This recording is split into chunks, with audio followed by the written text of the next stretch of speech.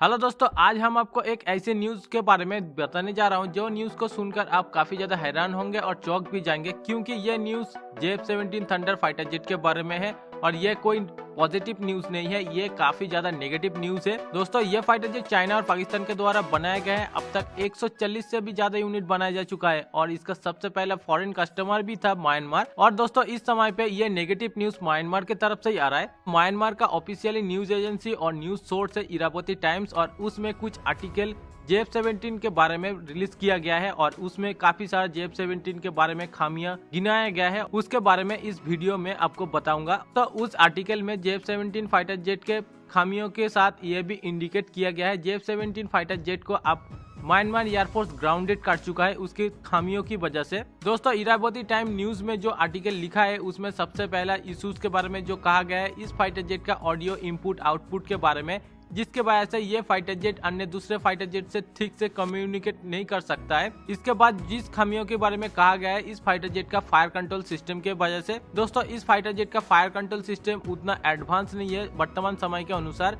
जिसकी वजह से ठीक ठाक से वेपन्स को लॉन्च नहीं कर सकता ये फाइटर जेट। तीसरे नंबर पर जो सबसे बड़ा खामियों के बारे में कहा गया है इस फाइटर जेट का पावर प्लांट के बारे में, यानी कि इंजन के बारे में। दोस्तों, इस समय पे क्लीमूव RD-93 का इस इंजन इस्तेमाल कर रहा है जो रसिया का द्वारा बनाया गया है। दोस्तों, ये इंजन वर्तमान समय के अनुसार बहुत ही ज्यादा लो कैटेगरी का इंजन है, जिसकी वजह से इसका सर्विस लाइफ सिर्फ 700 घंटे। इस इंजन की वजह से ये फाइटर जेट टेक ऑफ होने के बाद 10 नॉटिकल माइल के बाद से ही ब्लैक स्मोक को छोड़ता है, जिसकी वजह से ये फाइटर जेट का काफी ज्यादा एक प्रॉब्लम निकल कर सामने आ रहा है। चौथा सबसे बड़ा प्रॉब्लम जिसके बारे में कहा गया है इसका रेंज के बारे में। दोस्तों, ये फाइटर जेट एक छोटा फाइटर जेट होने से इसका रेंज भी काफी ज्यादा छोटा है, जिसकी वजह से म्यांमार एयरफोर्स का प्रॉब्लम और भी ज्यादा बढ़ चुका है। म्यांमार एयरफोर्स के पास जो JF-17 फाइटर जेट का वेरिएंट मौजूद है उसमें air to air refuelling capacity मौजूद नहीं है, जिसकी वजह से इस फाइटर जेट का रेंज काफी ज्यादा कम हो जाता है। अगर इसमें JF-17 के पास air to air refuelling facility मौजूद होता तो भी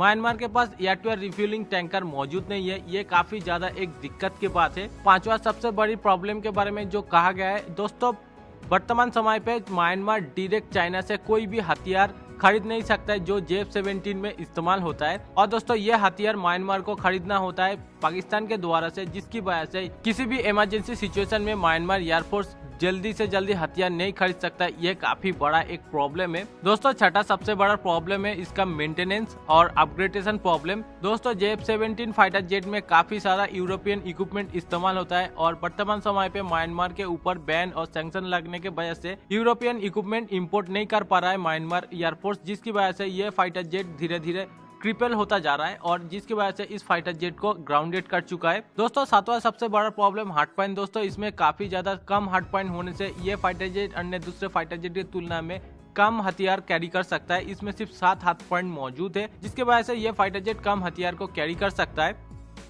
म्यांमार एयरफोर्स में JF-17 फाइटर जेट कुछ ही साल हुआ है इंटर हुआ है सर्विस में, और दोस्तों इस कुछ ही साल में इतना सारा प्रॉब्लम निकल कर सामने आ रहा है JF-17 फाइटर जेट के बारे में। तो ये प्रॉब्लम डेफिनेटली बहुत ही एक नेगेटिव साइन दे रहा है JF-17 फाइटर जेट को।